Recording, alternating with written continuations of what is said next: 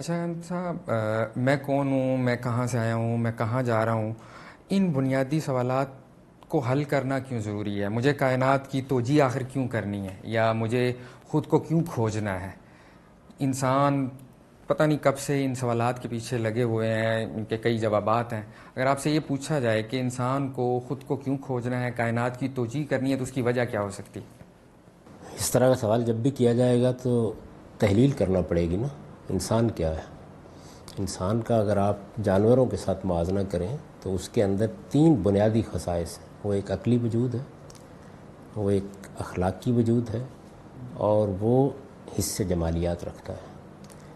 یہ تینوں چیزیں اس کے اندر ودیت ہیں۔ یہ بالکل اسی طرح ودیت ہیں جس طرح کہ اس کو آنکھیں دی گئی ہیں اور وہ دیکھنے پہ مجبور ہے، کان دیے گئے ہیں اور وہ سننے پہ مجبور ہے، اس کو حصے لامسہ دی گئی ہے اور وہ چھونے کے لیے مجبور ہے، اور پھر ان احساسات کو بھی قبول کرنے کے لیے اللہ تعالیٰ نے اس کے اندر جو خصوصیات رکھی ہیں ان کے سامنے بے بس ہو جاتا ہے۔ تو اس وجہ سے یہ جو بات آپ نے فرمائی ہے کہ کیوں، تو اس کا جواب یہ ہے کہ انسان آج تک اس کیوں سے دستبردار نہیں ہو سکا۔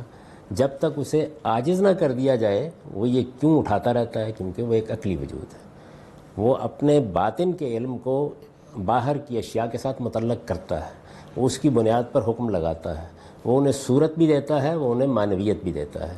اسی پر اس کی ساری زندگی کا انحصار ہے، اس کے سارے علم کا انحصار ہے، اس کی ساری تہذیب کا انحصار ہے۔ تو اس سے اس کو کس طرح محروم کیا جا سکتا ہے؟ یعنی جس طرح اسے بھوک لگتی ہے، جس طرح اسے پیاس لگتی ہے، بالکل اسی طریقے سے اس کے اندر تجسس پیدا ہوتا ہے، اور وہ یہ سوال کرتا ہے یہ کیوں، وہ کیوں، ایسے کیوں۔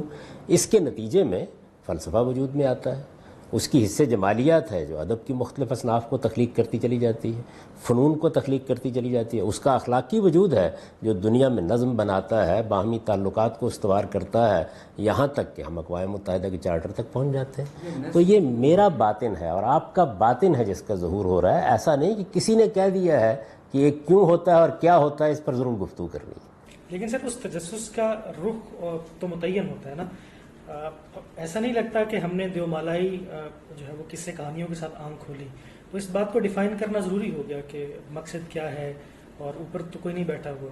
اس سے پھر پیچھے جائیں، خود دیومالا کے وجود میں آنے کی وجہ کیا ہے؟ وہی تجسس۔ میں چونکہ اس مسئلے کو حل کرنا چاہتا ہوں، میں اپنے وجود کی تحلیل کرنا چاہتا ہوں، میں یہ جاننا چاہتا ہوں کہ یہ کائنات کیا ہے، میں یہ جاننا چاہتا ہوں کہ میں کیا ہوں، میں یہ جاننا چاہتا ہوں میرا مبدا کیا ہے، میں یہ جاننا چاہتا ہوں میرا منتہا کیا ہے۔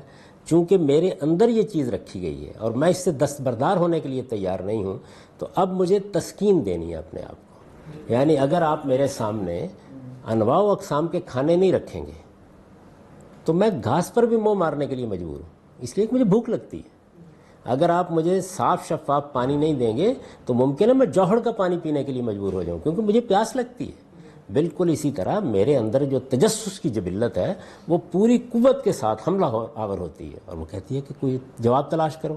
اب جواب کبھی میں دیتا ہوں تو وہ دیومالا بن جاتی ہے، کبھی دیتا ہوں تو فلسفہ بن جاتا ہے، کبھی دیتا ہوں تو شاعری بن جاتی ہے۔ مجھے تو جواب دینا ہے، ہر حال میں دینا ہے۔ آپ کو حق ہے کہ میرے جواب کی تحلیل کر کے بتائیں کہ یہ جواب بے معنی ہے، یہ جواب دیومالا ہے، یہ جواب توہم ہے، یہ آپ کا حق ہے، لیکن مجھے تو جواب دینا ہے ہر حال میں۔ مجھے سے مراد یعنی جس کے اندر تجسس پیدا ہوگا وہ ان سوالوں کا جواب تلاش کرے۔ ان جوابوں میں آپ کس طریقے سے ترجیح قائم کریں گے؟ یہ جو کہنا کہ یہ والا جواب درست ہے، یہ والا جواب درست نہیں، عقل ہی کی کرشمہ سازی ہے کہ ایک سوال کو، ایک جواب کو وہ دیومالا کہہ دیتی ہے۔ ظاہر ہے ہمارے پاس اس طرح کا کیا ایویڈنس ہے کہ یہ دیومالا یا یہ والا جو جواب ہے یہ ٹریک کے مطابق ہے، ہماری تاریخ کے مطابق درست ہے، یہ والا جواب درست نہیں ہے؟ کوئی اس کے کوئی اصول موجود ہیں؟ مثلا آج کل ایک فلسفے کے مطابق یہ بھی ہے کہ سارا وجود، سب کچھ، یہ ساری چیزیں، سارے انتظامات، نظم جو ہے سب بے معنی ہے، ہمیں معنویت کی تلاش کرنی ہی نہیں چاہیے، بس ہمیں چلتے رہنا چاہیے، بس ایک سفر میں بے معنی و بے مقصد و بے مطلب سفر میں۔ تو کیا یہ بھی تو پھر درست ہو جانا چاہیے؟ یہ اعتراف عجز ہے، یعنی ہم معنویت تلاش کرنے کے لیے نکلے، جب جن ذرائع سے ہم نے اس کو تلاش کرنا چاہا ان میں پے در پے ناکامی ہوتی چلی گئی، تو آخری انجام یہی ہونا تھا۔ یعنی یہ چیز ایسا نہیں ہے کہ انسان معنویت کی تلاش سے الگ ہو گیا ہے۔ میں کہتا ہوں جو آدمی یہ تقریر کر رہا ہے، بلکہ ما بعد طبیعت سے لے کر ما بعد جدیدیت تک جو کچھ وجود میں آیا ہے اس سارے سفر پر آپ ایک نگاہ ڈالیں، یہ آخری آدمی جو چیخ چلا کے آپ سے یہ کہہ رہا ہے کہ نہیں میرے غم مجھ تک رہنے دو، میرے نیریٹو میرے نیریٹو ہے، مجھے باقیوں سے کیا تعلق؟ یہ جو کچھ کہہ رہا ہے اس کو یہ خبر دیجئے کہ جو بڑے بنیادی سوالات ہیں ان کا جواب مل گیا ہے کہیں. چلیے آج کے زمانے میں چونکہ سائنس ایک چھوٹا سا خدا بن چکی ہے تو کہیے کہ سائنسدانوں نے جواب تلاش کر لیا ہے، وہ بالکل ہڑبڑا کے اسی طرح اٹھے گا اور اٹھ کر بھاگ کھڑا ہوگا کہ مجھے وہ جواب تلاش کرنا ہے. تو یہ اعتراف عجز ہے جس سے یہ ذہنی کیفیت پیدا ہوتی ہے. یعنی میں معنویت کی تلاش میں نکلا تو اصل میں یہ وہ مزدور ہے جو بیچارہ روز کھڑا ہو جاتا تھا کہ مجھے کوئی مزدوری کے لیے لے جائے. جب برسوں نہیں ملی تو اس کے بعد اس نے کہا کہ اچھی بات ہے، کھا کے چاٹتے ہیں. اعتراف عجز ایک اور چیز ہے، لیکن میرے باطن کے اندر لگی ہوئی پیاس نہیں بجھی، بھوک نہیں مٹی. میں آج بھی یہ چاہتا ہوں کہ یہ معمہ حل ہو، مجھے اس کا جواب ملنا چاہیے. جس طرح وقاص نے کہا کہ جواب ہم ڈھونڈنے کی تلاش میں، تو اس کا معیار کیا ہوگا اس جواب کا جس پہ آپ کی تسکین ہو جائے؟ کیا وہی آپ کے لیے آپ کے وجود کی تعبیر ہے، توجیہ ہے، کائنات کی تعبیر؟ دیکھیے اس میں بھی میں نے جس طرح کے پہلے سوال کے جواب میں یہ عرض کیا کہ ہم جب انسان پر گفتگو کریں گے تو یہ دیکھنا چاہیے کہ انسان کیا ہے. اب جب ہم اس پر گفتگو کر رہے ہیں کسی جواب کو درست یا غلط قرار دینے کا معیار کیا ہے، تو میرے نزدیک وہ معیار یہ ہے کہ ہمیں جو دستیاب بنائے استدلال ہے کیا وہ اس کے لحاظ سے ٹھیک ہے. وضاحت کریں اگر. دیکھیے نا، میرے پاس خارج کی دنیا سے متعلق ہونے کے لیے آنکھیں ہیں، میرے پاس خارج کی آوازوں کو سننے کے لیے کان ہیں، تو اس کا مطلب یہ ہے کہ میرے پاس حواس ہیں. یہ ایک ذریعہ ہے جس سے میں خارجی کائنات سے متعلق ہو جاتا ہوں.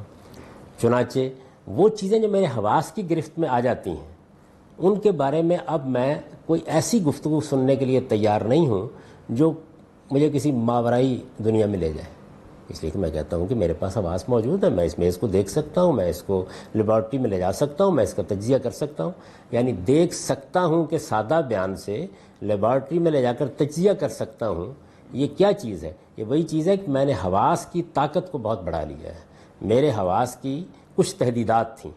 پہلے میرا علم فیصلہ کن ہو جاتا تھا اس میں. وہی بات یہ ہے کہ میں گھر میں بیٹھا ہوا تھا، آپ تشریف لائے، آپ نے مجھے کہا کہ جی میں نے وہاں کھیتوں میں ایک ایسا جانور دیکھا ہے جس کی دم آسمان تک پہنچ رہی ہے. تو میرے لیے یہ ایک اطلاع ہے. اچھا آپ نے چونکہ اس کا ظرف بیان کر دیا کھیتوں میں ہے تو فوراً آپ کا ہاتھ پکڑوں گا، کہوں گا اور دیکھتے ہیں. اب یہ دیکھیے میں نے کیا کیا، تو معیار یہ بن گیا کہ میرے پاس آنکھیں ہیں، آپ کی اطلاع کو میں ویریفائی کر سکتا ہوں. میں دیکھ لوں گا جا کے وہ یا دم آسمان پر پہنچ رہی ہوگی یا نہیں پہنچ رہی ہوگی. تو اس کا مطلب ہے ایک میرے پاس معیار یہ ہے کہ وہ چیز میرے حواس کی گرفت میں آ جائے، کیونکہ میرے خارج کے ساتھ تعلق کی بنیاد یہی ہے. اسی لیے علم بالحواس ہی ہے جو میری پہلی ابتدا ہے. یہ جتنی آپ کے ہاں اس وقت سائنس ہے اس کی ابتدا یہاں سے ہوئی ہے. یعنی اس اصول کو مان لیا گیا کہ میرے پاس جو ذریعہ ہے وہ ذریعہ میرا مشاہدہ ہے. میں چیزوں کو دیکھ سکتا ہوں، چھو سکتا ہوں، میں سن سکتا ہوں یا دوسرے اور حسیات.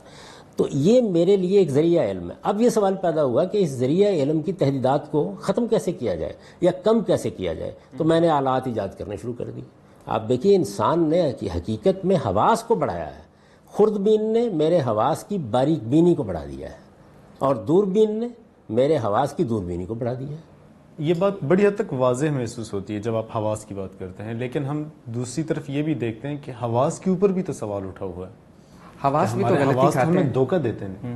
یہ بالکل درست ہے، لیکن دیکھیے بات یہ ہے کہ ہم اپنے علم کے معاملے میں مجبور ہیں کہ جو ذرائع ہمارے پاس ہیں ان میں کیا معیار ہوگا. تو وہ معیار میرے انسان ہونے سے ماورا نہیں ہو سکتا. یعنی اگر کوئی آدمی مجھے مثال کے طور پر آ کر یہ کہے کہ جنات کی قوت پرواز یہ ہے، تو میں یہ کہوں گا کہ بھائی میں جن نہیں ہوں. اس وجہ سے جنات کی قوت پرواز جو بھی ہو، میں انسان ہوں. انسان کے اعتبار سے میرا علم تو اسی وقت میرا علم بنے گا جب وہ میرے پاس موجود ذرائع سے مجھے حاصل ہو جائے گا، یہ میری گرفت میں یا میری گرفت میں آ جائے گا. تو حواس کے ذریعے سے چیزیں گرفت میں آتی ہیں. یعنی آپ اس پر یہ بحث کر سکتے ہیں کہ میں مثال کے طور پر دور کی چیز کو جب دیکھتا ہوں تو میں اس کے سائز کے بارے میں غلط فہمی کا شکار ہو سکتا ہوں. یا آپ وہیں آ جائیے سائنس کی دنیا میں، ہائزنبرگ کا قانون عدم تعین مجھے بتا رہا ہے کہ یہ جس وقت تم چیز کو دیکھتے ہو تو اس سے جو روشنی کا فوٹون جاری ہوتا ہے وہ تم تک پہنچتا ہے، وہ چیز اپنی جگہ چھوڑ چکی ہوتی ہے. اچھا، اس کے نتیجے میں یہ ٹھیک ہے کہ میرے حواس پر ایک حملہ ہو گیا ہے، لیکن کیا میرا اعتماد اس سے ختم ہو گیا ہے؟ اصل میں اس نتیجے تک پہنچنے کے لیے بھی میں نے انہی حواس کو استعمال کیا ہے. تو ہم جب کسی وقت یہ کہتے ہیں کہ انسان نے فیصلہ کرنا ہے تو انسان کے پاس موجود ذرائع، ان میں سے پہلا بنیادی ذریعہ میرا مشاہدہ ہے. سر میں پھر آپ کو انٹرپٹ کروں انتہائی معذرت کے ساتھ. یہ جو اب جب آپ نے کہا نا کہ اعتماد ختم نہیں ہوا، یہ بات تو درست ہے کہ ہم اپنی پریکٹیکل لائف میں یا اپنے روزمرہ کے نظم و ضبط کے اندر تو اس کو باقی رکھتے ہیں کیونکہ اس کے بغیر سسٹم چلتا نہیں ہے. لیکن جب ہم علمی میدان میں آتے ہیں یا جب ہم کسی چیز کی واقعی انویسٹیگیشن اور اس کی ویریفیکیشن کی طرف جاتے ہیں تو وہاں پر پھر پہلے والا اعتماد جو 100% تھا اور یہ جو 70, 80 یا 60% ہے، اس کی وجہ سے نتائج پر فرق تو پڑنا چاہیے نا. اور اس میں کوئی شبہ ہی نہیں ہے، وہ پڑتا ہے. اس کے لیے پھر ہم نے ایک اور ہمارے پاس فیکلٹی موجود ہے، اس کو استعمال کیا ہے، اور وہ یہ ہے کہ ہمارے پاس عقل جیسی عظیم نعمت موجود ہے. وہ کیا کرتی ہے؟ اس خلا کو بڑھتی ہے. سادہ مثال اس کی کیا ہے؟ وہ خلا کس طرح بڑھتی ہے؟ یعنی جب بار بار کے تجربے سے ہمیں معلوم ہو گیا کہ دور کی چیز اپنے سائز میں چھوٹی ہو جاتی ہے، تو اب ہم کسی دور کی چیز کے متعین فاصلے کو ملحوظ رکھ کے بتا سکتے ہیں کہ وہ اگرچہ نظر آ رہی ہے ہمیں ایک کتاب کے برابر، لیکن وہ حقیقت میں زمین سے یا زمین کے کل رقبے سے 10 گنا بڑی ہے یا چھوٹی ہے. تو یہ کیا کس نے کام کیا ہے؟ یہ اصل میں اس چیز نے کام کیا ہے کہ جو باہمی تعلقات تھے، یعنی فاصلے نے جو تعلق پیدا کیا تھا، اس تعلق کو عقل نے اپنی گرفت میں لے لیا. یہ جتنا آپ کا اس وقت سائنسی علم ہے وہ حقیقت میں یہی ہے. آپ یہ دیکھیے کائنات کی وسعتوں کو ماپا جا رہا ہے. یہ مختلف سیاروں ستاروں کے جو حجم ہے وہ ماپے جا رہے ہیں. اگر آپ غور کر کے دیکھیں تو یہ بالکل وہی عمل کام کر رہا ہے. یعنی آپ بگ بینگ سے ایسے پھیلتے چلے جا رہے ہیں. اچھا، اس وسعت کی رفتار کا جب ہم نے اندازہ لگایا ہے تو ہم نے اس سے زمین کی عمر معلوم کرنے کی کوشش کی. تو ہمارے پاس ایک دوسری چیز وہ ہے جس کو قدیم سادہ اصطلاح میں قیاس کہا جاتا تھا.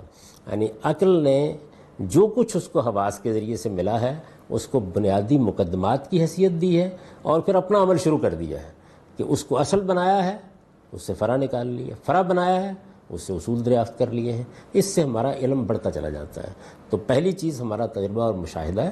کوئی چیز اگر ہمارے تجربے اور مشاہدے میں آ گئی ہے اور انسانی سطح پر ہم مطمئن ہو گئے ہیں کہ ہمارے تجربے یا مشاہدے نے یہاں غلطی نہیں کھائی، تو بس ہم مطمئن ہو جاتے ہیں. جہاں سوال باقی رہتا ہے اس کو ہم تحقیق کے سپرد کر دیتے ہیں. وہاں پہ تعقل اور تدبر والا معاملہ. میں اس کو 2 حصوں میں تقسیم کروں گا. یعنی وہ چیزیں ہوتی ہیں کہ جن کے بارے میں ہم کہتے ہیں یہ یقینی ہو گئی ہیں، یہ حقیقت بن گئی ہیں. وہ چیزیں ہوتی ہیں جن کے بارے میں ہم کہتے ہیں قابل اطمینان ہے، کہا جا سکتا ہے.